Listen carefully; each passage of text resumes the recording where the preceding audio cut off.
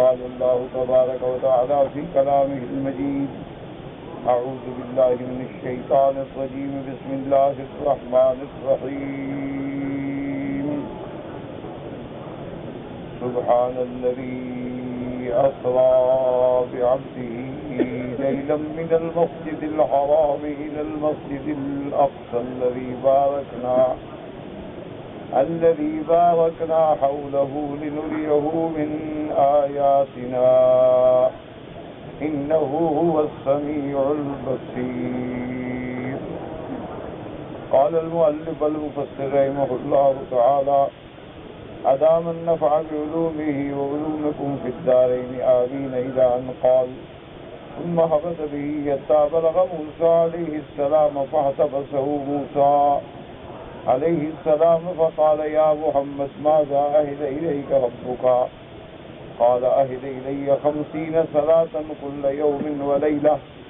قال إن أمتك لا تستطيع ذلك فارجع فليخفف عنك ربك وعنهم. اب مفسر رحمۃ اللہ علیہ معراج کی وہ حدیث مبارک بیان فرما رہے ہیں کہ حضور صلی اللہ علیہ وسلم جب واپس تشریف لائے تو حضرت موسیٰ علیہ السلام سے ملاقات ہوئی واپسی کر. تو حضرت موسیٰ علیہ السلام نے آپ کو روکا اور آپ سے سوال کیا کہ اللہ تبارک و تعالیٰ نے آپ کے لیے کیا حکم فرمایا ہے. تو حضور صلی اللہ علیہ وسلم نے فرمایا کہ اللہ نے مجھے حکم دیا ہے اور میری امت کو ایک دن رات یعنی 24 گھنٹے میں 50 نمازوں کا. موسیٰ علیہ السلام نے عرض کیا کہ حضور ان امتک لا تستطیع ذلک، آپ کی امت اس کی طاقت نہیں رکھتی کہ 50 نمازیں ادا کرے. فرجع، آپ واپس جائیں. فَلْيُخَفِّفْ عَنْكَ رَبُّكَ وَعَنْهُمْ، تاکہ اللہ تبارک و تعالیٰ آپ سے اور آپ کی امت میں تخفیف فرما دیں. فَالْتَفَتَ النَّبِيُّ صلی اللہ علیہ وسلم إِلَى جِبْرِيلَ كَأَنَّهُ يَسْتَشِيرُهُ فِي ذَلِكَ فَأَشَارَ إِلَيْهِ جِبْرِيلُ أَنْ نَعَمْ إِنْ شِئْتَ فَعَلَى بِهِ إِلَى الْجَبَّارِ تَعَالَى وَتَقَدَّسَ. فقال وهو في مكانه يا رب خفف عنا فإن أمتي لا تستطيع هذا. حضرت موسیٰ علیہ السلام کے مشورہ دینے کے بعد حضور صلی اللہ علیہ وسلم نے جبریل کی طرف دیکھا. گویا حضور جبریل سے مشورہ لینا چاہتے تھے کہ کیا میں اللہ سے درخواست کروں یا نہ کروں. تو جبریل علیہ السلام نے بھی عرض کیا کہ یا رسول اللہ اگر آپ چاہتے ہیں تو درخواست کریں. اس کے بعد پھر حضور صلی اللہ علیہ وسلم اللہ کی درگاہ میں حاضر ہوئے اور اس کے بعد درخواست کی کہ یا رب خفف عنا فإن أمتي لا تستطيع هذا. یا اللہ مہربانی فرما کہ اس حکم میں رعایت فرمائیں، میری امت 50 نمازیں پڑھنے کی طاقت نہیں رکھتی. ووضع عنه 10 صلوات، اللہ پاک نے 10 نمازیں معاف فرما دی، باقی 40 رہ گئی. ثم رجع إلى موسى عليه السلام فاحتبسه فلم يزل يردده موسى إلى ربه حتى صارت إلى 5 صلوات. موسیٰ علیہ السلام بار بار عرض کرتے رہے اور اللہ کے نبی بھی بار بار اللہ سے درخواست کرتے رہے کہ حتیٰ کہ اللہ نے حکم دیا کہ اب آپ کی امت 5 نمازیں پڑھے. ثم اعتبزه موسى عند الخمس فقال يا محمد صلى الله عليه وسلم والله لقد راودت بني إسرائيل قومي على أدنى من هذا فذوقوا وتركوه فأمتك أضعف أجسادا وقلوبا وأبدانا وأبصارا وأسماعا فارجع فليخفف عنك ربك. اب جب 5 نمازیں رہ گئیں تو حضرت موسیٰ علیہ السلام نے پھر عرض کیا. انہوں نے کہا کہ یا محمد صلی اللہ علیہ وسلم واللہ لقد راودت بنی اسرائیل. اب اس سے مسئلہ بھی واضح ہو گیا کہ بعض لوگ ہوتے ہیں نا، اللہ معاف فرمائے، وہ حدیث مبارک کا کوئی ایک لفظ مل جائے یا قرآن مقدس کا کوئی ایک لفظ مبارک مل جائے تو اس سے اپنے باطل دعوے کی تصدیق کے لیے پھر خود کہانیاں بنا لیتے ہیں کہ دیکھو جی موسیٰ علیہ السلام نے جو کہا تھا کہ حضور آپ کی امت 50 نمازیں نہیں پڑھ سکتی، تو موسیٰ علیہ السلام عالم الغیب تھے، کیونکہ وہ حضور کی امت کو کیسے جانتے تھے؟ تو جب وہ یہ بات کہہ رہے ہیں تو مانا حضرت موسیٰ کو علم غیب تھا، اور اگر حضرت موسیٰ کو علم غیب تھا تو پھر حضور کا شان تو ان سے بھی زیادہ ہے، تو حضور بھی عالم الغیب ہو گئے۔ تو یہ سارے سغرے کبرے لوگ خود بناتے ہیں، خود ملاتے ہیں، جن کا حقیقت سے کوئی تعلق نہیں ہوتا۔ اب دیکھیں یہاں روایت میں صاف واضح آ گئی بات کہ حضرت موسیٰ علیہ السلام نے کہا کہ یا محمد صلی اللہ علیہ وسلم واللہ لقد راودت بنی اسرائیل قومی علی ادنی من ھذا، کہ میں نے بار بار کوشش کی اپنی قوم کو اس سے بھی کم پہ، یہ تو 5 نمازیں ہیں، میں تو 3 نمازوں کے لیے زور لگایا، لیکن وہ 3 نمازیں بھی نہ پڑھ سکے۔ اور آپ کی امت جو ہے فَأُمَّتُكَ أَضْعَفُ أَجْسَادًا وَقُلُوبًا وَأَبْدَانًا، اور آپ کی امت جو آئے گی وہ تو بعد میں آنے والی ہے، تو جو لوگ بعد میں آئیں گے پہلے سے زیادہ کمزور ہوں گے، وہ تو اعتبار بدن کے بھی کمزور، عقل کے بھی کمزور، دماغ کے بھی کمزور، نظر کے بھی کمزور، سماع کے بھی کمزور، حضور وہ کہاں 5 نمازیں پڑھیں گے؟ فرجع الیک فخفف عنک ربک، آپ دوبارہ مانگیں معافی۔ کل ذلک یلتفت النبی صلی اللہ علیہ وسلم الی جبریل لیشیر علیہ ولا یکرہ ذلک جبریل فرفعہ عند الخامسہ۔ اب 5 نمازیں جب رہ گئیں، حضور پاک نے حضرت موسیٰ علیہ السلام کے مشورے پر جبریل کی طرف دیکھا، گویا حضور جبریل سے مشورہ لے رہے تھے۔ اس لیے علماء نے لکھا ہے اپنی کتابوں میں کہ حضور صلی اللہ علیہ وسلم کے 4 وزیر ہیں، 2 آسمانوں میں اور 2 زمینوں میں۔ وزیرایا فی السماء جبرائیل و میکائیل وزیرایا فی الارض ابی بکر و عمر۔ حضور نے فرمایا کہ دنیا میں زمین پر میرے مشیر، میرے وزیر حضرت ابو بکر اور حضرت عمر ہیں، اور آسمانوں میں حضرت جبریل اور حضرت میکائیل ہیں۔ اس لیے حضور صلی اللہ علیہ وسلم، اور ایک روایت مبارک میں یہ بھی آتا ہے کہ جب کوئی اختلافی مسئلہ ہوتا، حضور پاک فرماتے کہ ابو بکر اور عمر جس بات پہ متفق ہو جائیں پھر مجھے اور کچھ سوچنے کی ضرورت نہیں، یعنی اگر ان دونوں کی رائے ایک ہو جائے تو بس مجھے وہ مسئلہ قبول ہے۔ اسی لیے حضور نے حکم دیا فاقتدوا بالذین من بعد ابی بکر و عمر، کہ میرے بعد اگر اقتدا کرنی ہے تو ابی بکر و عمر کی اقتدا کرو۔ وَإِلَىٰ غَيْرَ ذَلِكَ، تو حضور نے حضرت جبریل سے پوچھا، حضرت جبریل نے بھی عرض کیا کہ حضور عرض کریں، پھر آپ نے عرض کیا کہ یا رب ان امتی ضعفاء، یا اللہ میری امت تو کمزور ہے، ضعفاء اجسادهم وقلوبهم واسماعهم وابصارهم وابدانهم فخفف عنا، کہ یا اللہ میری امت بہت کمزور ہے، ہر لحاظ سے کمزور ہے، قوت سامعہ، باصرہ، بدن، جسد، مہربانی کریں اور رعایت کریں۔ فقال الجبار تبارک وتعالی یا محمد، قال لبیک وسعدیک، قال انه لا يبدل القول لدي كما فرضت عليك في الكتاب، فكل حسنة بعشر أمثالها فهي 50 في الكتاب وهي 5 عليك۔ اب جب حضور نے درخواست کی تو اللہ نے فرمایا کہ یا محمد صلی اللہ علیہ وسلم، تو حضور نے عرض کیا لبیک وسعدیک، میں حاضر ہوں میرے رب۔ اللہ نے فرمایا کہ میرے محبوب یہ بات یاد رکھیں کہ میرے فیصلے کبھی نہیں بدلا کرتے، لا یبدل القول لدی، جو ہم حکم کر دیتے ہیں پھر اس میں تبدیلی کبھی نہیں ہوتی۔ اور ہم نے لوح محفوظ میں یہ بات لکھ دی ہے کہ آپ کی امت پہ 50 نمازیں فرض ہیں، لیکن کل حسنۃ بعشر امثالها، اب ایک نیکی جو ہے اس کا 10 بھی لیں گے، من جاء بالحسنۃ فلہ عشر امثالها، تو اب آپ کی امت جو ہے نمازیں تو 5 پڑھے گی لیکن لکھی 50 جائیں، تو لہٰذا وہ میرا فیصلہ 50 والا بھی برقرار اور آپ کی امت میں رعایت بھی برقرار، کہ اب امت جو ہے وہ 5 نمازیں پڑھتی ہے لیکن اللہ کے ہاں 50 لکھی جاتی ہے۔ اور اگر اللہ تبارک و تعالی مسجد الحرام میں نماز نصیب فرماتے تو ایک نماز کا 1,00,000 گنا ثواب لکھا جاتا ہے۔ تو جن لوگوں نے گویا 5 نمازیں بھی ادا کی تو 5,00,000 گنا ثواب ملا۔ تو اللہ تبارک و تعالیٰ کی رحمت جو ہے بہت اوسع ہے۔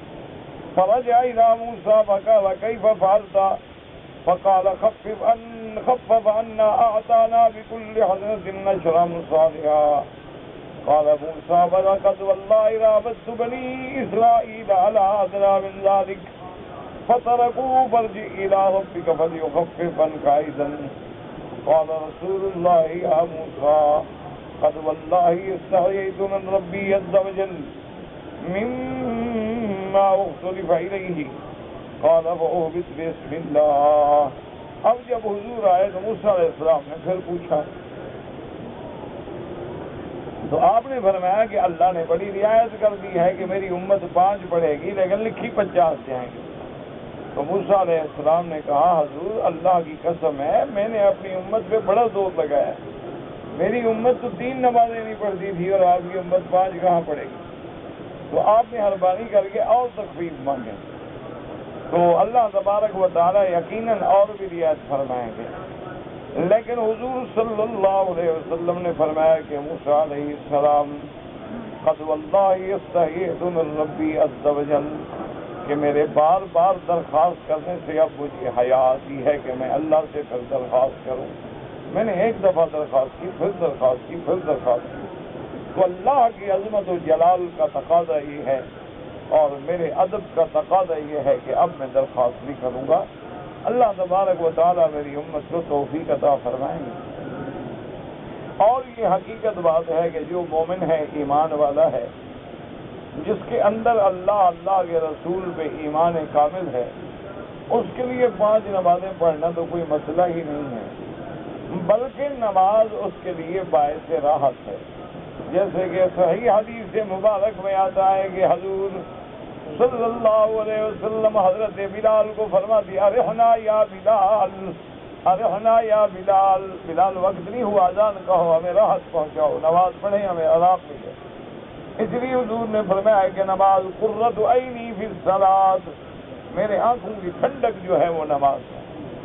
اس لیے ہمیشہ یاد رکھیں کہ مومن کے لیے تو نماز جو ہے وہ راحت قلب ہے، مومن کے لیے نماز جو ہے وہ اطمینان قلب ہے، مومن کے لیے نماز جو ہے وہ معراج ہے، مومن کے لیے نماز جو ہے وہ صلۃ بین العبد و بین الرب ہے، مومن کے لیے نماز جو ہے اس کے ذہنی اور قلبی اور تمام نظام بدن کا علاج ہے۔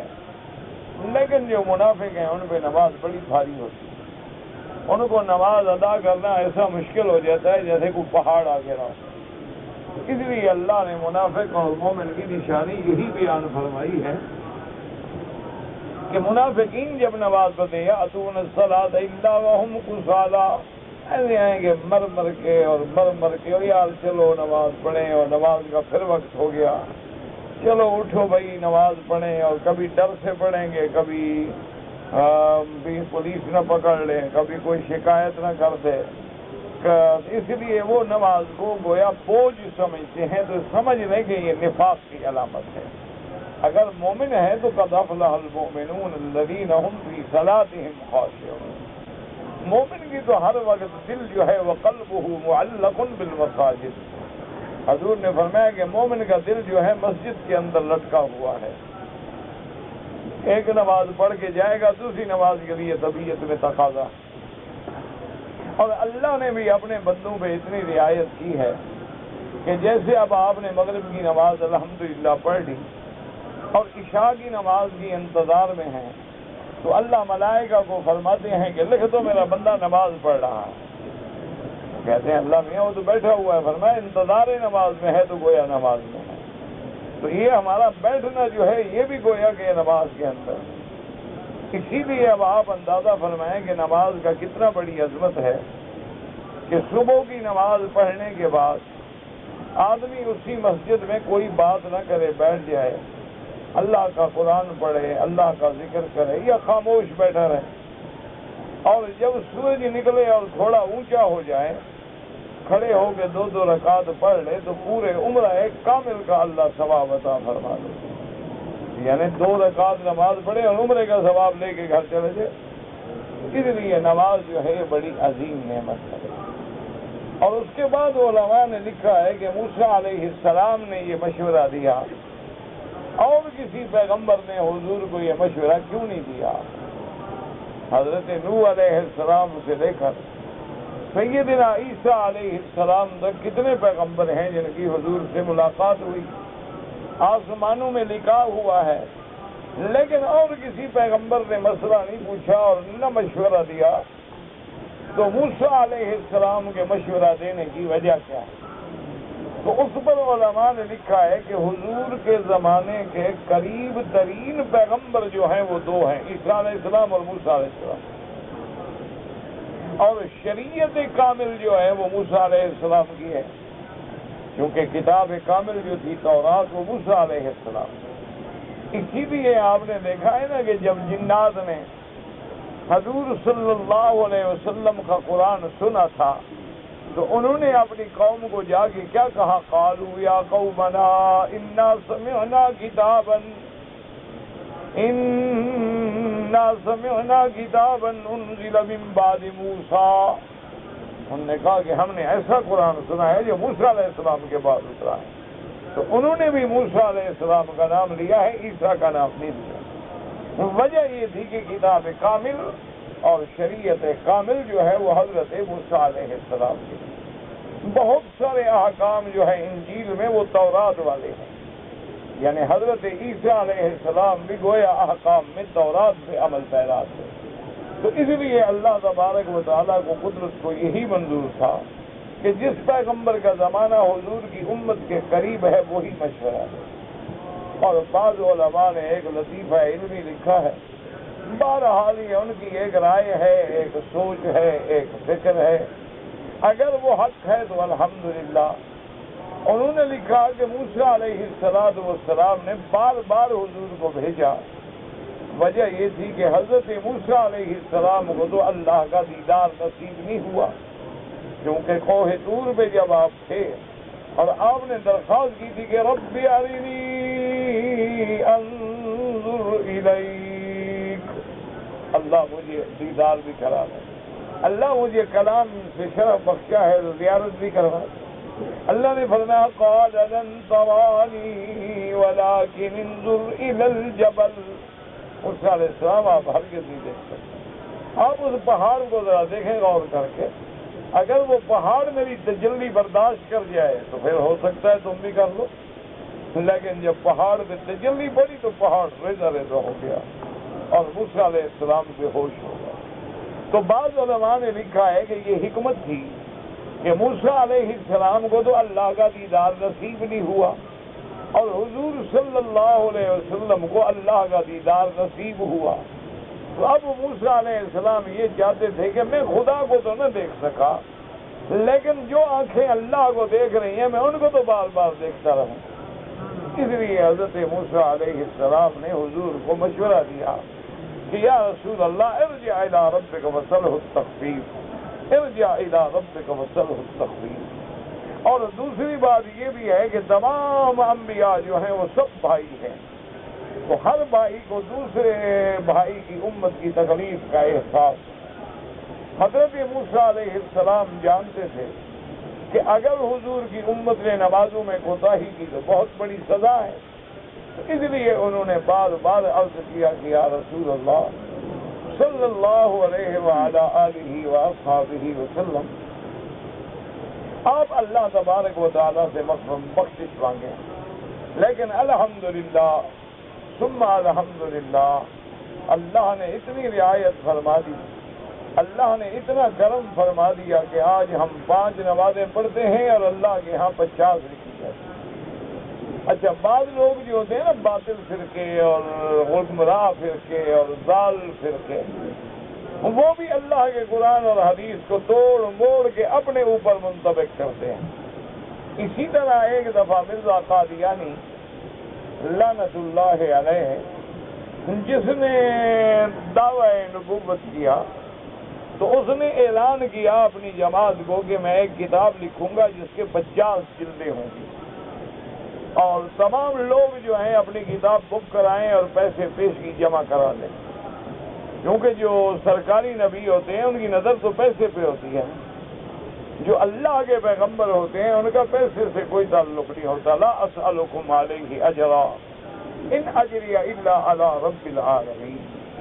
وہ ہمیشہ یہ کہتے ہیں کہ اے لوگوں، ہم آپ سے کچھ نہیں مانگتے، ہمارا اجر اللہ پر ہے، بس ایمان لے آؤ۔ تو ان کو دولت دنیا سے کوئی غرض نہیں ہوتی، بلکہ اللہ نے فرمایا کہ یا محمد صلی اللہ علیہ وسلم، اگر آپ چاہتے ہیں تو ہم جبل صفا جو ہے اس کو سونے کا پہاڑ بنا دیں، اور ہم حکم دے دیں کہ وہ پہاڑ آپ کے ساتھ چلتا رہے۔ حضرت نے فرمایا کہ الفقر فخری، یا اللہ مجھے تو فقر پسند ہے، ایک دفعہ تیری کھانا مل جائے تو تیرا شکر کروں، اور ایک دفعہ نہ ملے تو صبر کروں، مجھے دنیا کی اور دنیا کی لذات کی کوئی ضرورت نہیں۔ تو اب جناب اس مرزا قادیانی علیہ ما علیہ نے 50 جلدیں کتاب لکھنے کا اعلان کر دیا، اور لوگوں نے دھڑا دھڑ پیسے جمع کرانے شروع کیے، کیونکہ باطل مذہب تو پیسوں سے چلتا ہے، پیسہ نہ ہو مذہب ختم، پیسہ چلے گا مذہب چلے گا، پیسہ ختم مذہب بھی ختم۔ اسی لیے ان لوگوں نے ایک ایسا سسٹم بنایا ہوتا ہے کہ ان کی جماعت کا ہر فرد جو ہے وہ 10واں حصہ جو ہے اپنی جماعت کو دیتا ہے، تاکہ جماعت کا مرکز جو ہے وہ دولت کے اعتبار سے مضبوط رہے اور پیسے کے اعتبار سے مضبوط رہے اور باطل کی اشاعت کر سکے۔ تو اب مرزا مل نے کتابیں لکھی 5 جلدیں، اور وعدہ کیا تھا 50 جلدوں کا، اور پیسے نبی صاحب کھا گئے 50 جلدوں کے۔ نبی بھی ایسا ہونا، جس کی امت ایسی ہے تو نبی بھی ایسا دیانتدار کہ 50 کتابوں کے پیسے لے کے حضرت ہضم کر گئے بغیر ڈکار لیے، اور کتابیں لکھی 5 جلد۔ اب لوگوں نے اعتراض شروع کیا کہ یار یہ کیسا نبی ہے، 50 جلدوں کا وعدہ کرتا ہے اور لکھتا 5 ہے، تو اب مخالف تو ہمیں جینے نہیں دیں گے۔ انہوں نے مرزا کو خط لکھے کہ جناب علی، آپ نے تو 50 جلدوں کا وعدہ کیا تھا اور ہم نے پیسے بھی 50 جلدوں کے جمع کرائے، لیکن کتابیں آپ نے 5 لکھی ہیں۔ تو مرزا صاحب نے جواب دیا کہ بابا یہ کوئی نئی بات تو نہیں ہے نا، اللہ نے بھی 50 نباتیں فرض کی، تو اللہ نے حکم دے دیا کہ 5 پڑھو، میں 50 لکھوں گا، تو لہٰذا میں نے بھی اسی پہ عمل کر لیا، 5 جلدیں لکھی، آپ انہیں کو 50 سمجھ لو۔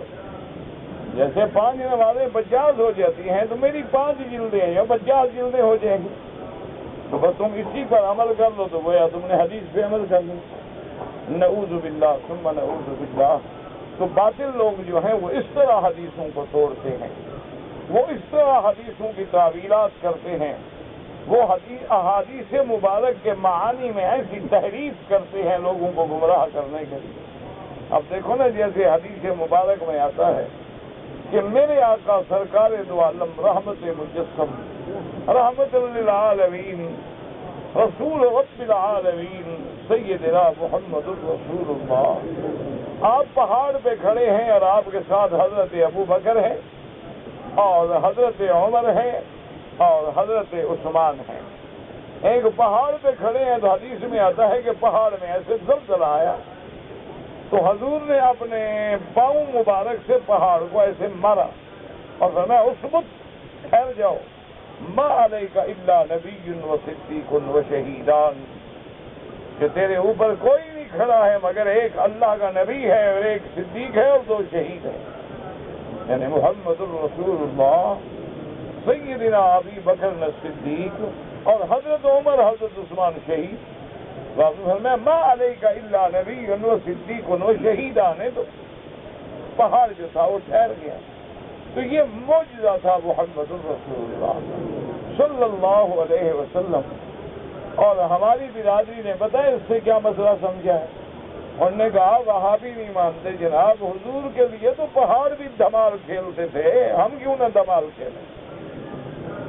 دیکھو کیسا مسئلہ سمجھا انہوں نے کہا جب حضور پہاڑ پہ کھڑے ہوتے پہاڑ دھمال کھیلتے تھے۔ تو انہوں نے جناب یہ مسئلہ نکال لیا، لہذا وہ کہتے ہیں جی قوالی میں جو ہم دھمال کھیلتے ہیں نا، اور ہمیں جو وجد آ جاتا ہے اور ہمیں پتہ ہی نہیں ہوتا اور ہوش بھی نہیں ہوتا اور بالکل ہم اپنے عقل و خیرت سے باہر نکل جاتے ہیں، تو یہ وہی وجہ ہے کہ جس کو دیکھ کے پہاڑوں کو وجد آ جائے تو ہمیں کیوں نہ آئے؟ نعوذ باللہ ثم نعوذ باللہ۔ اللہ تبارک و تعالیٰ نے ایمان سے کہے ہمیں نبی کے اتباع کی حکم دی ہے یا پہاڑ کے اتباع کی؟ نہیں، اللہ نے ہمیں کیا حکم دیا؟ کس کی اتباع کرو، پہاڑ کی یا نبی کی؟ تو نبی نے کیا فرمایا؟ آپ نے فرمایا مت ہلو۔ نبی نے تو دھمال کھیلنے والے کے منہ پہ جوتا مار دیا۔ تو تم نبی کی اتباع کرو گے، پہاڑ کی اتباع کرو گے؟ ہم تو محمد مدنی کے حضور نے پاؤں مارا ہے، جوتا مارا ہے، اور فرمایا اس وقت ٹھہر جاؤ، مت حرکت کرو۔ تو ہم حضور کے غلام ہیں، ہمیں تو نماز میں بھی حکم ہے کہ مت حرکت کرو۔ سجدے کی جگہ پہ تیری نظر ہو اور تیرے بدن پہ خشوع ہو۔ ایک آدمی نے ایسے داڑھی میں خارج کی، حضور نے فرمایا اگر اس کے دل میں خشوع ہوتا تو ہاتھ بھی نہیں اٹھے۔ ایک کھیل رہا ہے نماز میں داڑھی کے ساتھ، اور آج کل تو ماشاء اللہ جناب نماز میں موبائل سے کھیلتے ہیں، گھڑی سے کھیلتے ہیں، اور رومال بناتے رہتے ہیں، ماشاء اللہ اس کے پھول نکالتے رہتے ہیں، اس میں فرق نہ پڑ جائے۔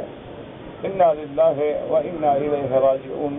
یہ 14ویں صدی کے مجتہد اور 14ویں صدی کے حدیث سمجھنے والے ہم نے آج تک نہیں دیکھے۔ یہ کوئی نئی قوم ہے، اللہ ان کو ہدایت عطا فرمائے اور ہمیں بھی ہدایت عطا فرمائے۔ تو اس لیے ہمیشہ یاد رکھیں کہ مسائل بنائے نہیں جاتے۔ ہمیشہ یاد رکھو کہ ایک قرآن کی آیت ہے، جو ترجمہ اس کا حضرت ابن عباس اور صحابہ نے سمجھا ہے، بس اس پہ ہمارا ایمان ہے، کیونکہ ان لوگوں نے قرآن پڑھا ہے محمد رسول اللہ، اور میرے مدنی نے پڑھا ہے اللہ سے۔ پھر اس ترجمے میں کیسے غلطی ہو سکتی ہے؟ لاکھ تم عقل دوڑاتے پھرو اور لاکھ تم ضرب تقسیم کرتے پھرو، نبی کو قرآن کس نے پڑھایا ہے؟ اللہ نے پڑھایا ہے۔ اور صحابہ کو قرآن کس نے پڑھایا؟ محمد الرسول اللہ نے۔ تو ان کی تفسیر غلط ہوگی، ہماری ٹھیک ہوگی، یہ عقل کی بات۔ تو اس لیے ہمیشہ یہ عادت ہوتی ہے باطل فرقوں کی کہ وہ موقع دیکھنے کے بعد مسائل بناتے ہیں خدا کے بندے۔ انا للہ و انا الیہ۔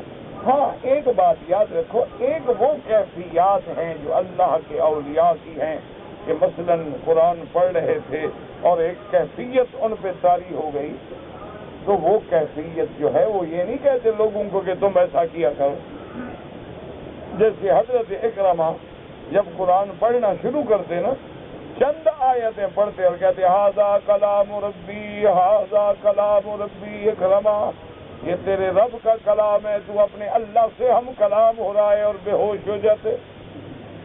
یہ خاص کیفیات ہیں جو اللہ کے اولیاء اللہ پہ طاری ہوتی ہیں۔ اس کا معنی یہ نہیں ہوتا کہ اس کو تم دین بنا لو اور دھمال نکالو اور قوالیاں نکالو اور جناب رقص کرو اور جناب مزاروں پہ کھڑے ہو کے بھنگڑے ڈالو۔ یہ کیا؟ خدا کا خوف کرو۔ انا للہ و انا الیہ راجعون۔ اللہ تبارک و تعالیٰ رحمت فرمائے۔ آپ نے دیکھا نہیں مزاروں پہ کیا حال ہوتا ہے؟ چمٹے لوہے کے ہاتھ میں ہیں جناب، گلے میں کنٹھے ہیں، لوہے کی زنجیریں ہیں، بال کھلے ہوئے ہیں، اور 2 گیلن بھنگ پی ہوئی ہے، اور جناب دھمالیں ہو رہی ہیں۔ کیا جی اللہ کو مل گیا؟ انا للہ و انا الیہ راجعون۔ اللہ تبارک و تعالیٰ سے دعا، نہ نماز ہے، نہ وضو ہے، نہ روزہ ہے، نہ حلال ہے، نہ حرام ہے، چرس کا دھواں ہے، بھنگ کے پیالے ہیں، بال کھلے ہوئے ہیں، کالے کپڑے ہیں، اندر کالا باہر کالا، دھمالیں ڈال رہے، یہ دین ہے؟ خدا کا خوف کرو، اللہ تبارک و تعالیٰ سے ڈرو۔ ہمارے بزرگ ہیں تو وہ فرماتے تھے وکیل صاحب، اگر یہی ملنگ شلنگ حضرت علی کی جماعت ہے تو قیامت والے دن ہوگا نمونہ جب علی ان کو لے کے کھڑے ہوں گے کہ حضرت ابو بکر عمر عثمان کے ساتھ تو داڑھی والے، قرآن والے، نماز والے، تقوی والے، پرہیزگاری والے، اور حضرت علی کے ساتھ یہ سارے ملنگ کھڑے ہو جائیں۔ تو کیا نظارہ ہوگا وہاں؟ انا للہ و انا الیہ راجعون. بس دعا کرو اللہ ہمارے حال پہ رحم کرے. ان سے حضرت علی بھی بری ہے، اہل بیت بھی بری ہے، ان سے اصحاب نبی بھی بری ہیں، اولاد نبی بھی بری ہے. یہ تو گھڑے ہوئے مذہب ہیں، گھڑنتو ہیں، جن کا نہ اصل ہے، نہ نسل ہے، نہ بنیاد ہے، نہ دلیل ہے، نہ حجت ہے، نہ کتاب ہے. یہ تو لوگوں نے خود گھڑ لی. بڑا نشہ بھی کوئی مذہب ہوتا ہے یار.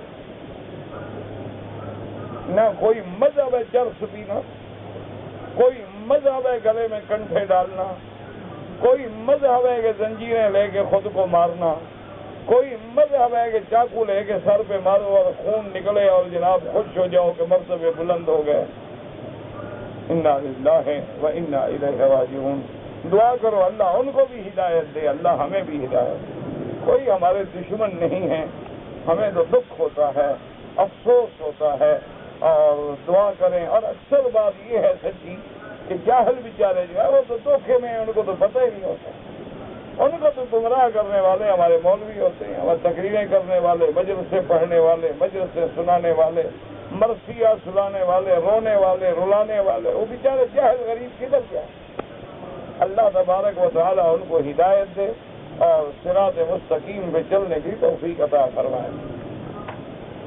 اب جناب فرماتے ہیں فضل رحمۃ اللہ علیہ کہ حضور نے فرمایا کہ موسیٰ علیہ السلام واللہ استعیذ من ربی عز وجل. اب بسم اللہ، انہوں نے کہا اچھا حضور فرم اب اللہ کا نام لے کے آپ اسے. قال واستيقظ وهو في المسجد الحرام هكذا ساق البخاری في کتاب التوحید. اب اس روایت میں یہ آتا ہے کہ آپ بیدار ہوئے تو کوئی آپ مسجد میں کھڑے ہیں. ورواه في صفة النبي صلى الله عليه وعلى آله وسلم عن اسماعیل بن ابی اویس النخعی ابی بکر عبد الحمید بن سلیمان بن بلال. ورواه مسلم عن هارون بن سعید عن ابن وهب عن سلیمان قال زاد الاکثر وقدم اخر. یعنی کچھ تقدیم تاخیر ہے، کچھ زیادتی ہے، کچھ کمی ہے. فهو كما قال مسلم بن شریک بن عبد الله بن ابی نمر اذ ضرب في هذا الحديث صاحبه. اس کو اضطراب ہے اور اس کا حافظہ بھی آخر میں ٹھیک نہیں تھا. ولم يثبتكما زیادتی بیانو انشاءاللہ بالاحادیث الاخر. ومنهم من يجعل هذا مناما. بعض لوگ کہتے ہیں یہ سارا واقعہ جو ابھی ہم نے پڑھا یہ نیند کا ہے، لیکن توطئة بما وقع بعد ذلك واللہ اعلم. یعنی اللہ نے پہلے خواب بھی دکھایا اور پھر جسمانی طور پر بھی کرایا. وقد قال الحافظ ابو بکر البیہقی في حديث شريك زيادة تفرد بها على مذهب من زعم أنه صلى الله عليه وسلم رأى الله عز وجل يعني قوله تبارك وتعالى. حافظ ابو بکر بیہقی ہیں اور ایک زیادتی بھی ذکر کی ہے اس روایت میں کہ بعض صحابہ کہتے ہیں کہ حضور نے اللہ کی رؤیت فرمائی. اور یاد رکھو کہ قیامت میں تو اللہ تمام مومنوں کو رؤیت نصیب کریں گے. اسی لیے ایک حدیث مبارک میں آتا ہے کہ میرے آقا ایک دن بیٹھے تھے اور 14ویں کا چاند کھلا ہوا تھا. حضور نے صحابہ سے پوچھا کہ اس چاند کے دیکھنے میں تمہیں کوئی شبہ ہے؟ تو صحابہ نے کہا حضور 14ویں کے چاند میں کیا شبہ ہو سکتا ہے؟ صحابہ نے فرمایا انکم سترون ربکم یوم القیامت ولا تضامون فی رؤیتہ. آپ نے فرمایا کہ قیامت والے دن تم اپنے اللہ کا دیدار کرو گے اور کوئی شک بھی نہیں ہوگا، تمہارا حقیقی دیدار ہوگا. لیکن فرمایا میں نے استطعتم کوشش کرو کہ 2 نمازیں تمہاری ہر حال میں جماعت سے نہ رہیں. کون سی نماز؟ فرمایا کہ سورج نکلنے سے پہلے اور سورج ڈوبنے کے بعد. وَسَبِّحْ بِحَمْدِ رَبِّكَ قَبْلَ طُلُوعِ الشَّمْسِ وَقَبْلَ الْغُرُوبِ. اور آپ نے یہ آیت مبارک پڑھی کہ فجر کی نماز اور مغرب کی. کیوں؟ کہ جب صبح ہو تو بندہ نماز میں ہو اور جب شام ہو تو بندہ نماز میں ہو. تو گویا ہر حال میں اللہ کے آگے سجدہ رہے.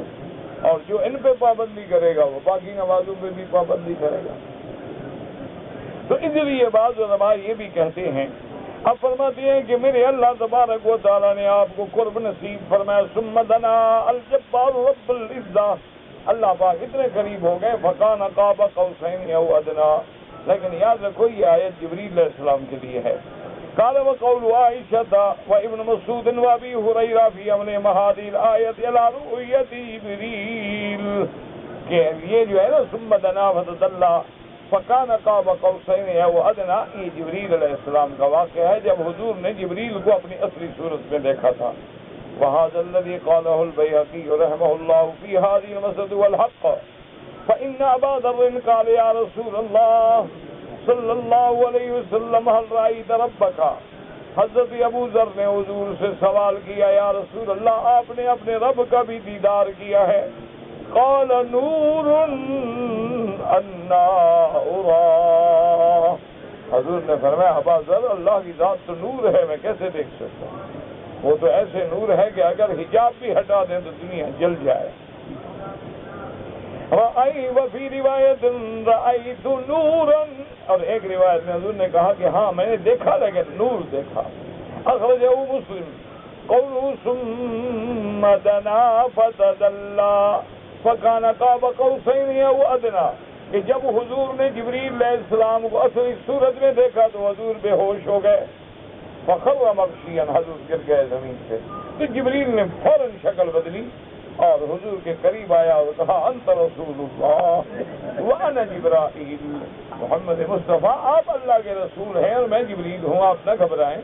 تو وہ حضور کے قریب آیا، ثم دنا فتدلى فكان قاب قوسين او ادنى، انما هو جبريل عليه السلام كما ثبت ذلك في الصحيحين عن عائشة ام المؤمنين وابن مسعود رضوان الله عليهم، وكذلك هو في صحيح مسلم النبي هريرة لا يعرف لهم مخالف من الصحابة لتفسير هذه الآية بهذا۔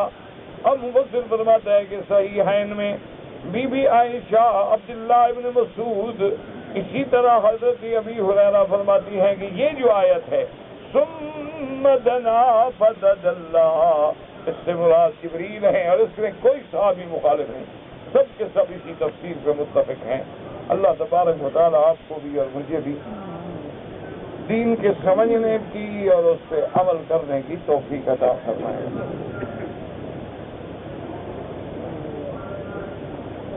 کہتے ہیں کہ ایک عورت ہے وہ پاکستان سے عمرے پہ آئی ہے، تو کیا وہ عمرے کے دوران میں مکے مدینے میں اگر دوائی استعمال کر کے حیض کو روک لے تاکہ ان دنوں میں پاک رہے اور عبادت کر سکے، بالکل جائز ہے، کوئی منع نہیں۔ حیض نہ آئے عورت پاک ہے، وہ قدرت سے نہیں آیا، وہ دوا کھا کے نہیں آیا، وہ کسی حال میں منع ہے کہ حیض نہ آئے۔ اگر حیض رک جائے چاہے دوا سے بھی روکا جائے تو جائز ہے، کوئی منع نہیں۔ اگر دوائی کھانے کے بعد بھی نشان لگا ہے تو دیکھ لے، اگر تو حیض نہیں رکا تو بس مسجد سے رک جائے، اگر معمولی سا نشان لگا پھر بند ہو گیا، صاف ہو گیا، تو پھر غسل کر کے مسجد میں آئے، نماز بھی پڑھے، سب کچھ کرے۔ بعض اوقات گرمی کا اثر ہوتا ہے، بعض اوقات ایک ملک سے دوسرے ملک میں تبدیل ہونے کا اثر ہوتا ہے، بعض اوقات سفر کا اثر ہوتا ہے۔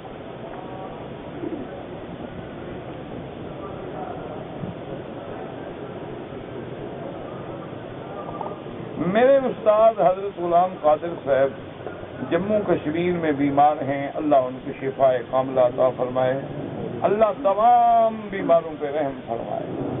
یا اللہ جتنے بیمار ہیں، جنہوں نے دعاؤں کے لیے کہا ہے نہیں کہا ہے، سب کو شفاء کاملہ عطا فرما، صحت عاجلہ عطا فرما، اور ہمارے گھر والوں کی دعا صحت کے لیے بھی دعا کیا کریں کہ اللہ صحت کاملہ عطا فرمائے۔ کہتا ہے جی کیا مجھے نہیں سمجھ آیا، کیا پان کھانا جناب مکروہ ہے؟ کہتے ہیں جی کہ انسان اپنی پسند کی شادی کر سکتا ہے ورنہ میری پسند پہ کرے گا؟ ہر کوئی اپنی پسند پہ کرتا ہے، بے وقوف آدمی۔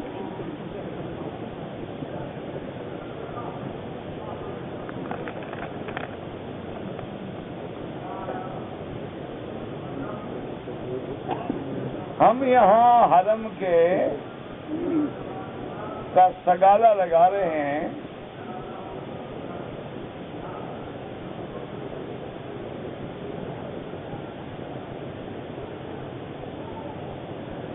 آپ نے اگر کمپنی سے کوئی کنٹریکٹ کیا ہے کہ آپ اس کے سگالا لگائیں گے تو اس کا میرے ساتھ کیا تعلق ہے؟ نہ میرا کمپنی سے تعلق، نہ کمپنی والوں سے تعلق، میں تو ان کے نام بھی نہیں جانتا وہ کون ہے۔ شریعت کا مسئلہ ہے، جو عہد کیا ہے ان کو دینا چاہیے، اور جو تم نے عہد میں کام کا وعدہ لکھا ہے تمہیں پورا کرنا چاہیے۔ باقی تم جانو، کمپنیاں جانے، میں کیا کر سکتا ہوں بھائی۔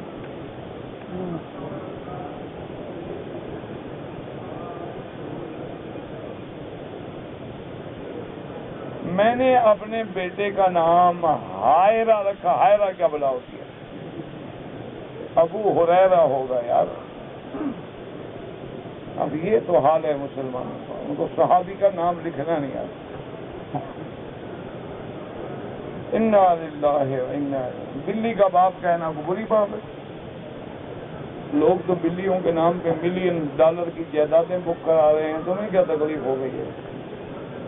حضرت ابو ہریرہ کیونکہ آپ کو بلیوں سے محبت تھی تو ان کو حضور نے یہ لقب دیا۔ جو لقب رکھتے ہیں وہ بلیوں کو نہیں دیکھتے، وہ حضور کے دیے ہوئے لقب کو دیکھتے۔ اگر تمہارا دماغ میں جہالت ہے تو میں کیا کر سکتا ہوں؟ سیدنا علی رضی اللہ تعالی عنہ، آپ کی کنیت مبارک جو ہے وہ ابو الحسن ہے، کیونکہ ہمیشہ یاد رکھیں کنیت ہوتی ہے بڑے بیٹے سے، اور حضرت علی پاک کے بڑے بیٹے جو ہیں وہ حضرت حسن ہے رضی اللہ عنہ، تو اس لیے آپ کی کنیت تھی ابو الحسن علی ابن ابی طالب رضی اللہ تعالی عنہ۔ لیکن حضور ایک دن آپ سوئے ہوئے تھے اور سر مبارک مٹی پہ تھا اور بدن مبارک بھی مٹی پہ تھا، تو آپ کے بالوں میں بھی مٹی تھی اور بدن پہ بھی مٹی تھی، تو میرے پاک محبوب محمد مصطفیٰ آئے تو انہوں نے مٹی بھی جھاڑی اور فرمایا کم یا ابی تراب، کم یا ابی تراب، وہ مٹی کے باپ اٹھو۔ تو حضرت علی نے فرمایا کہ آج کے بعد مجھے اسی کنیت سے پکارو جو محمد مصطفیٰ نے رکھی۔ تو آپ نے اپنے بیٹے کی کنیت بدل ڈالی اور اپنے آپ کو ابی تراب کہلایا۔ اسی طرح ایک صحابی تھے حضور کے، ان کا نام حضرت حذیفہ ہے رضی اللہ تعالی عنہ۔ ان کو نیند بڑی آتی تھی، تو ایک دن وہ سوئے ہوئے تھے اور حضور جگا رہے ہیں، وہ اٹھتا نہیں بیچارہ۔ بعض لوگوں کی نیند بڑی ثقیل ہوتی ہے کہ بڑی شدید نیند ہوتی ہے، تو حضرت آقا انعامدار بار بار اٹھائیں اور وہ بار بار پڑھتے کم یا نعمان، کم یا نعمان، اور نیند کے باپ اٹھو، تو ان کی کنیت ہو گئی۔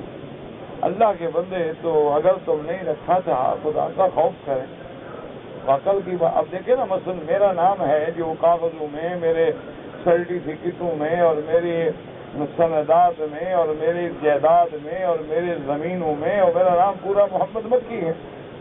جب یہاں نیشنلٹی کا مسئلہ ہے، انہوں نے کہا جی ایک نام رکھیں، یہ لمبے چوڑے نام آپ کے ملکوں میں جو ہیں ہم تو نہیں رکھ سکتے، تو کمپیوٹر قبول ہی نہیں کرتا، چھوٹا سا کھانا ہے اور اتنے لمبے چوڑے نام کہاں لکھیں ہم؟ ایک نام چنیں، یا مکی کہلاؤ یا محمد کہلاؤ۔ میں نے کہا میں حضور کا نام نہیں چھوڑ سکتا، مکی چھوڑ دو، حالانکہ مجھے محمد کے نام سے تو کوئی جانتا ہی نہیں۔ اس لیے بعد جب ہم جاتے ہیں وہ پریشان ہوتے ہیں کہ محمد، خیر محمد کون ہے بھائی؟ کیونکہ وہ میرا نام تو ساری دنیا کے سامنے مکی کے نام سے ہے، لیکن میں نے کہا بھی حضور کا نام ہے، میں وہ نہیں چھوڑتا۔ وہ آپ رہے ہیں، کوئی جانتا ہے جانے نہیں جانتا ہے، نہ جانے کوئی فرق نہیں پڑتا، لیکن ہم محمد کا نام کیوں کاٹتے ہیں صلی اللہ علیہ؟ میں نے کہا میرا نام مکی تو کاٹ دو، لیکن لکھو محمد، خیر محمد۔ خیر محمد میرے والد کا نام۔ اچھا، والد کے نام میں بھی پورا نہیں، خیر والد سے ہے، محمد دادے سے ہے، تو عرب میں 4 نام لکھتے ہیں نا، دادے تک لکھتے ہیں، اپنا، باپ کا، دادے کا اور لقب، تو اچھی بات ہے تاکہ غلطی نہیں ہوتی، تو مغالطہ نہیں ہوتا۔ اس لیے بہرحال آپ کو ایک اچھی کنیت آپ نے رکھی تھی بیٹے کی، بڑی اچھی بات تھی۔ نماز اللہ اکبر کے ساتھ اعوذ باللہ کہنا چاہیے، پہلی دفعہ تو کہیں گے نا، جب اللہ اکبر اعوذ باللہ تو کہیں گے نا، سبحانک اللہم پڑھنے کے بعد اعوذ باللہ من الشیطان الرجیم، بسم اللہ الرحمن الرحیم، الحمد للہ رب العالمین، دوبارہ نہیں پڑھیں گے، دوبارہ بسم اللہ۔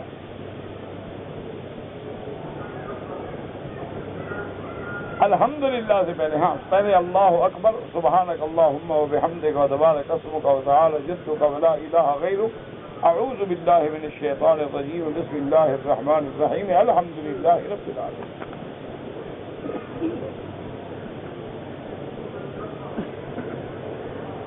اگر عمرہ کرنے کے بعد صفا مروہ دوڑنے کے بعد کینچی سے بال کاٹیں جائز ہے، بالکل جائز ہے، لیکن شرط یہ ہے کہ بال بڑے ہوں اور چوتھا حصہ بالوں کا کٹ جائے۔ اگر بال اتنے ہیں جو کینچی میں آ ہی نہیں رہے تو پھر اس طرح پھروانا ہوگا۔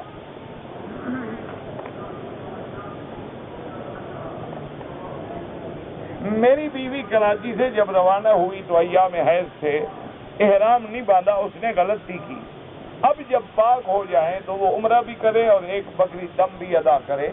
عورت اگر حالت حیض میں بھی ہو غسل کر لے، نماز نہ پڑھے، لبیک اللہم لبیک لبیک لا شریک لک لبیک نیت کر کے آ جائے اور جب پاک ہو جائے عمرہ پورا کرے۔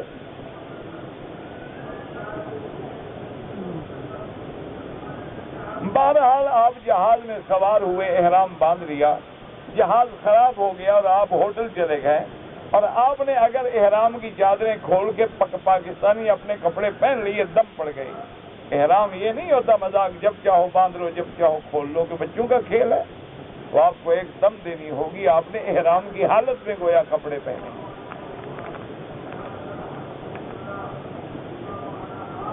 میں نے اپنی بھتیجی کو 2 دفعہ دودھ پلایا ہے، متواتر پلایا ہے، لیکن بچی نے الٹی کر دی۔ بہرحال جب پلایا ہے تو رضا ثابت ہو گئی، کیونکہ ہم کس بات کی گواہی دے سکتے ہیں کتنا اندر گیا تھا اور کتنا نہیں گیا۔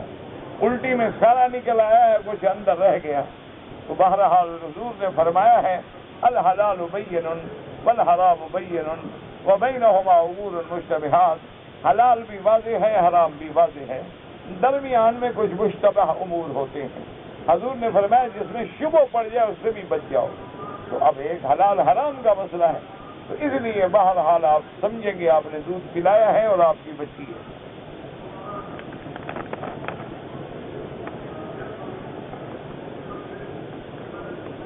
ہمارے محلے میں نعت خوانی ہوتی ہے، نعت خوانی کا تو کوئی حرج نہیں، نعت پڑھنا جائز ہے، حضور کی نعت پڑھیں، قصیدہ پڑھیں، لیکن ساز باز نہ ہو ساتھ۔ یہ جو آج کا رواج ہے نا، گانے اور تمبورے اور اس پہ نعتیں پڑھتے ہیں، یہ تو نعوذ باللہ بے ادبی ہے، گستاخی ہے اور گناہ ہے، کیونکہ یہ آلات جو ہیں یہ مزامیر شیطان ہیں، تو شیطانی آلات میں نعت پڑھی جائے محمد الرسول اللہ۔ ہاں، اس کے بغیر آپ نعت پڑھیں، قصیدہ پڑھیں، لیکن اس نعت میں کوئی شرکیہ لفظ بھی نہ ہو۔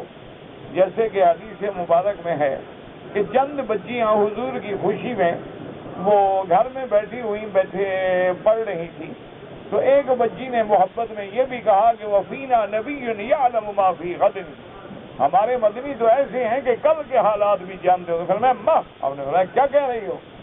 کل کے حالات اللہ کے سوا کوئی نہیں جانتا، اندر نہ پڑھنا یہ کلمہ، عالم الغیب ہونا اللہ کی شان۔ حالانکہ وہ تو چھوٹی بچیاں تھی بیچاری، ان کو تو یہ بھی پتہ نہیں کہ کیا کہہ رہی ہیں، وہ تو ویسے بیچاری پڑھ رہی تھی، لیکن حضور نے منع کر دیا۔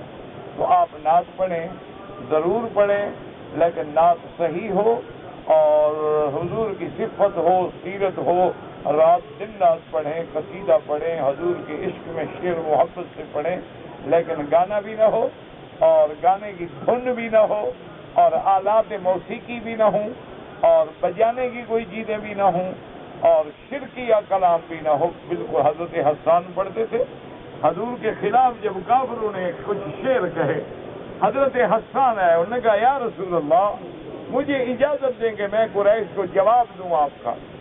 حضور نے فرمایا اللہ کے بندے، جب تم قریش کی مذمت کرو گے، شکایت کرو گے، تو میں بھی تو قریشی ہوں نا بھائی، میں بھی تو قریشی ہاشمی ہوں، تم جو قریش کا گلہ کرو تو میں بھی قریشی تو میں بھی ہوں۔ انہوں نے کہا حضور آپ مجھے اجازت تو دیں، آپ کو ایسے نکال لوں گا جیسے عورت آٹے سے بال کو نکال لیتی ہے، میرے محمد مدنی کی شان میں کوتاہی نہیں ہوگی۔ تو حضرت حسان نے جب پڑھنا شروع کیا، حضور اتنے خوش ہوئے، آپ نے دعا کی اللہم ایدہ بروح القدس، اللہ جبریل کے ذریعے میرے اس عاشق کے دل میں مضمون ڈالتے۔ تو حضور صلی اللہ علیہ وسلم کی شان میں حضرت حسان پڑھتے تھے اللہ آپ کو بھی نصیب کرے. باقی آپ قرآن داری پہ لوگوں کو عمرے پہ بھیجتے ہیں، اگر واقعتاً اللہ کے لیے بھیجتے ہیں تو بڑی اچھی بات ہے، اور اگر اور کوئی بینک شینک کا سود کا چکر ہے تو ان کے پیسوں سے کبھی عمرے پہ نہ آنا.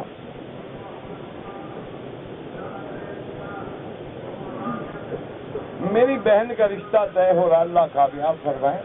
جن بیٹیوں کے رشتے نہیں ہو رہے دعا کرو اللہ آسان کر دے، اللہ سب کے مستقبل روشن کر دے، اللہ ان کی زندگیوں کو بربادیوں سے بچا لے، اور اللہ خیر کے رشتے نصیب کرے، شر کے رشتوں سے محفوظ رکھے. کہتے جی گھڑیوں میں جو شراک کا شراک نہیں اشراق ہوتا ہے، اور آپ نے شراک بھی شرک والے کاف سے لکھا ہے، وہ 2 نقطے والا کاف ہوتا ہے. تو بہرحال وہ سورج نکلنے کا وقت ہے، نماز کا وقت نہیں. اس ٹائم سے 20 منٹ بعد نماز پڑھیں.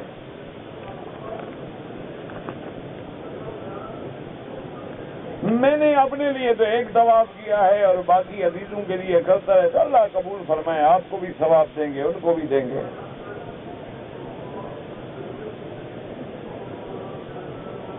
دنیا کرنے والے قیامت، مجھے تو نہیں پتا آپ نے کیا لکھا ہے، مجھے سمجھ نہیں آئی.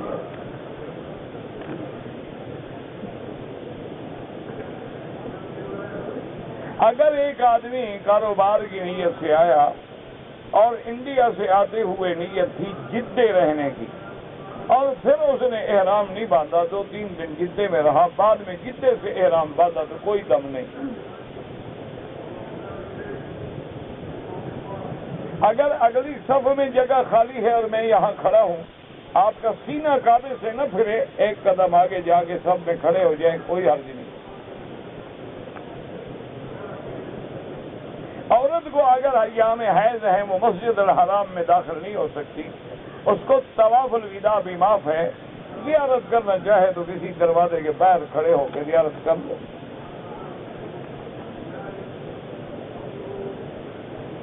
اولاد اگر بالغ ہے اور والد جائیداد نہیں دیتا، کیوں دے؟ مرنے تو دو باپ کو. بہت تکلیف ہے تو مل کے مال ڈالو، جان چھوٹی جلدی مل جائے گی. انا للہ و انا الیہ راجعون. اللہ کے بندے زندگی میں دے مرضی نہ دے مرضی اس کی جائیداد ہے. تم شریف ہوتے دے نہ دیتا. ایسی اولاد جو ماں باپ کے مرنے کی انتظار کر رہی ہے. انا للہ و انا الیہ راجعون. ایک مولوی نے نکاح پہ نکاح کیا ہے، اس کے پیچھے نماز ہو جاتی ہے، کیا پتہ آپ جھوٹ بول رہے ہوں. اچھا وہ مولوی امام ہے تو نمازی بھی تو تم ہو نا، تم دونوں کی ہو جاتی. ہاں کوئی متقی پرہیزگار ہو تو اس کی تو نہیں ہوگی.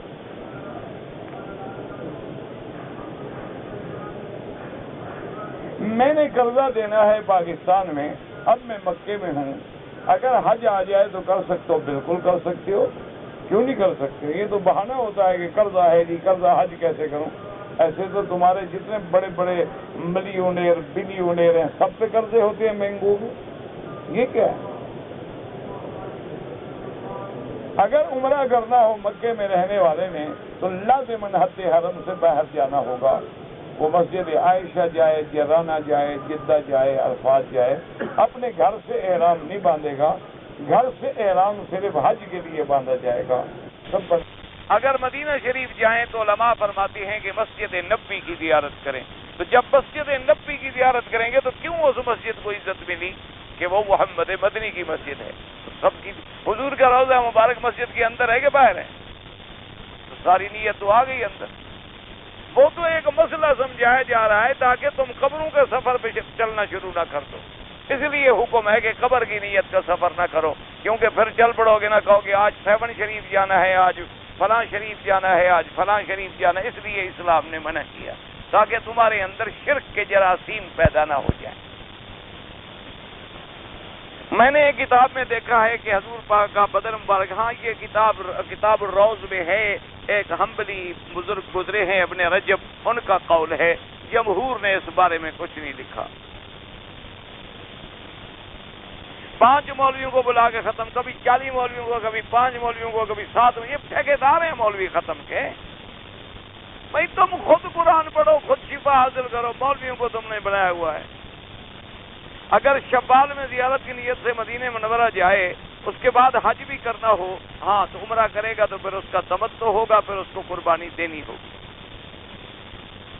عدت اس کو کہتے ہیں جس کا ثبوت قرآن حدیث کی جماع امت سے نہ ملے۔ بس 4-5 افراد بآواز بلند مل کر درود شریف پڑھیں، یہ ثابت نہیں ہے، اس لیے بدعت خود بخود ہو گیا۔ حضور حج کے لیے میقات کس نے بنائے؟ اللہ نے، بتلائے انبیاء نے۔ رکن یمانی کو استلام کیوں کرتے ہیں؟ حضور کا حکم ہے، سنت ہے۔ حرم شریف کا محراب کس جانب ہے؟ ہر طرف کعبہ ہے، جدھر بھی کھڑے ہو جائیں کعبے کی طرف۔ حضرت اسماعیل علیہ السلام کہاں مدفون ہے؟ اللہ عالم۔ لوگ یہاں دین کے مسئلے پوچھنے آتے ہیں، دنیا کی باتیں سننے آتے ہیں۔ اللہ کو پتا آپ بھی دنیا میں رہتے ہیں، ہم بھی دنیا میں رہتے ہیں۔ دنیا میں رہ کر جو کام اللہ کے لیے کرو وہ بھی دین ہے۔ پچھلے سال حج میں ہمارے ایک آدمی نے اپنی بیوی کی طرف سے کنکریاں ماری ہیں تو ٹھیک ہو گیا۔ ہمارے یہاں جو مچھلیاں پکڑی جاتی ہیں، مثلاً کوئی بم پھینک دیتے ہیں، اگر مچھلیاں الٹی ہو جائیں، مر جائیں تو وہ کھانا حلال نہیں ہے۔ حضور نے کسی بیماری کی بنا پر پیشاب پینے کی، اونٹ کی اجازت دی؟ ہاں بالکل، آپ نے فرمایا فشربوا من البانہا وابوالہا۔ بس امام ابو حنیفہ رحمۃ اللہ فرماتے ہیں وجہ بیماری تھی، باقی ائمہ فرماتے ہیں کہ جو جانور کھایا جائے بول ما یوکل لحم وہ حلال ہوتا ہے۔ امام صاحب فرماتے ہیں کہ نہیں، وہ صرف بیماری کی وجہ تھی، ان کے پیٹ پڑ گئے تھے تو تب حکم دیا تھا۔ سائی کے میں نے 14 چکر لگائے، سائی ہوئی ہی نہیں۔ اگر تم نے صفا سے شروع کی اور صفا پہ ختم کی تو سائی نہیں ہوئی۔ صفا سے شروع کی اور مروہ پہ ختم کی تب صفا ہوگی۔ اگر احرام نہیں کھولا دوبارہ صفا دوڑ لو طواف کر کے، ورنہ دم دینی پڑے گی۔ اگر عمرے کے طواف میں 2 نفل کے بجائے 4 پڑ گیا تو کوئی حرج نہیں، لیکن تو ہیں 2 رکعتیں۔ آئندہ ایسا نہ ہو 6 بنا دو پھر 8 بنا دو، اسی طرح سے بدعت بنتی ہے نا۔ ہمارے یہاں مردے کو دفنانے کے بعد قبر پر دائیں بائیں پڑھتے ہیں، دعا مانگا کریں، دعا قبر پہ مانگنا سنت ہے۔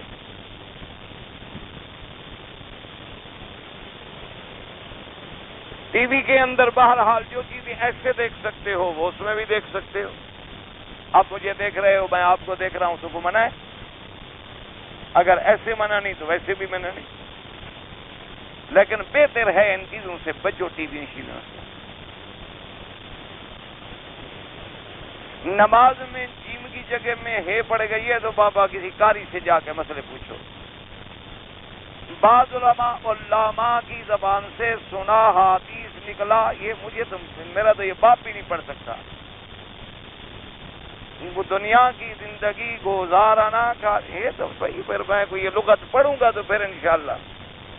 تبلیغی نصاب مولانا زکریا صاحب نے لکھا ہے کہ انسان خواہش کا اتباع کرنے لگے، دنیا کو دین پر ترجیح دیے، پسند کرے تو اسے نہ جانے، ساتھ چھوڑ کر یکسوئی کا حکم فرمایا۔ مجھے بہرحال یہ آپ نے لکھا ہے تو بہت بڑے عالم تھے، جو لکھا ہے ہم ان کا احترام کرتے ہیں، اور انہوں نے یہ حدیث نقل کی ہے کہ ایسا وقت آ جائے کہ لوگ بات ہی نہ سنیں، امر بالمعروف ختم ہو جائے، نہی عن المنکر ختم ہو جائے، لوگ اتباع خواہش کے پیچھے چل پڑیں، تو بھئی پھر اپنی اصلاح کرو، چپ کر کے بیٹھ جاؤ تاکہ فتنہ پھر بھی نہ کرو۔ حکم یہ ہے۔ جو دم پڑ جائے جرمانے کا، اگر ہم بکری ذبح کریں وہ کھائیں جو غریب ہیں، یہ تھوڑا ہے کہ دم پڑ جائے ذبح کر کے پھر خود کھا جاؤ۔ وہ مثال مشہور ہے نا کہ ایک اندھے نے خیرات کی تو پھر اپنے لوگوں کو دیتا تھا، تو یہ نہ ہو کہ بھی دم ذبح کر کے پھر تم جا کے اپنے لوگوں کو دے آؤ، جو غریب ہے مسکین ہے اس کو کھلاؤ، فقراء مکہ، مکے کے فقیروں کو کھلایا جائے۔ اللہ مسلمانوں نے سب سے پہلی ہجرت کہاں کی؟ مسلمانوں سے مراد پتہ نہیں تم نوح علیہ السلام کے مسلمان پوچھتے ہو یا حضور کے مسلمان؟ نوح علیہ السلام کے زمانے میں جو لوگ تھے وہ بھی تو مسلمان تھے۔ حضور صلی اللہ علیہ وسلم کے مسلمان یعنی صحابہ سب سے پہلے ہجرت مکے سے حبشہ کی طرف ہوئی، اور پھر دوسری ہجرت مدینہ منورہ کی طرف ہوئی۔ کسی کی بھلائی کے لیے جھوٹی قسم کھائے، پہلے تو یاد رکھو کہ جھوٹی قسم نہ کھائے، لیکن دو مسلمانوں کی صلح کرنے کے لیے ایسی کوئی بات کرے تو اس کو جھوٹا کہا ہی نہیں جاتا، وہ تو مصلحت ہے، اصلاح ہے۔ جھوٹ وہ ہوتا ہے جب کسی کا اس سے حق تلفی یا نقصان مقصود ہو۔ اگر میں بہت مشکل میں جھوٹ بولوں، مشکل کو جان نکل رہی ہو تو پھر تو گنجائش ہے۔ کہتا ہے جی اگر کوئی آدمی عمرے پہ آیا پھر مزدوری کرتا رہا تو اس کا حج نہیں ہوتا، یہ غلط بات ہے، حج سب کا ہوتا ہے۔ میں رہتا ہوں جموں میں اور ایک ہندو لڑکی ہے، وہ مسلمان ہو کے میرے ساتھ شادی کرنا چاہتی ہے۔ بالکل، آپ کیوں دیر کر رہے ہیں، جلدی کریں۔ ایک لڑکی مسلمان ہو رہی ہے تو شکر کرو۔ ابھی مسئلے پوچھ رہا ہے،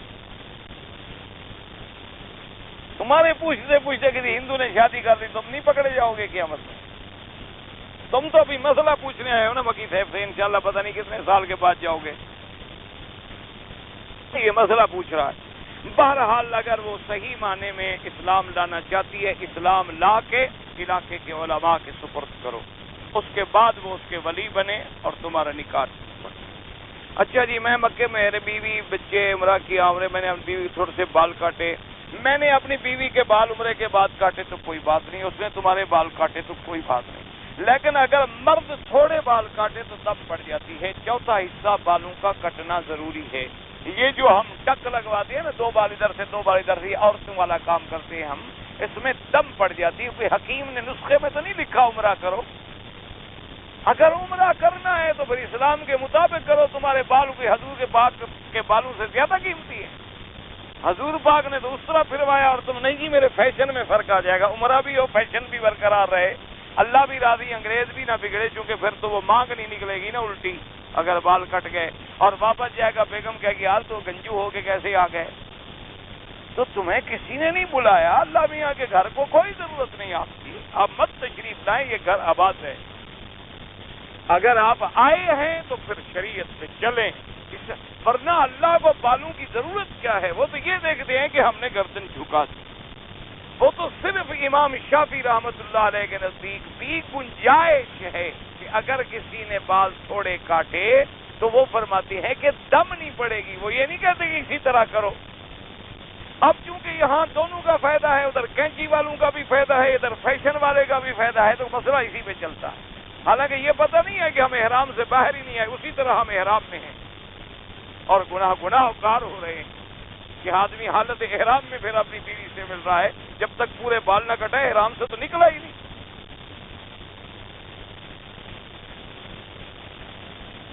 ختم جلالین پڑھنا پتہ نہیں مجھے، میں تو بابا یہ ختم کا قائل ہی نہیں، مجھے تو خوش نہ آیا یہ طریقے خانقاہی، میں تو صرف خدا کو ماننے والا بندہ ہوں۔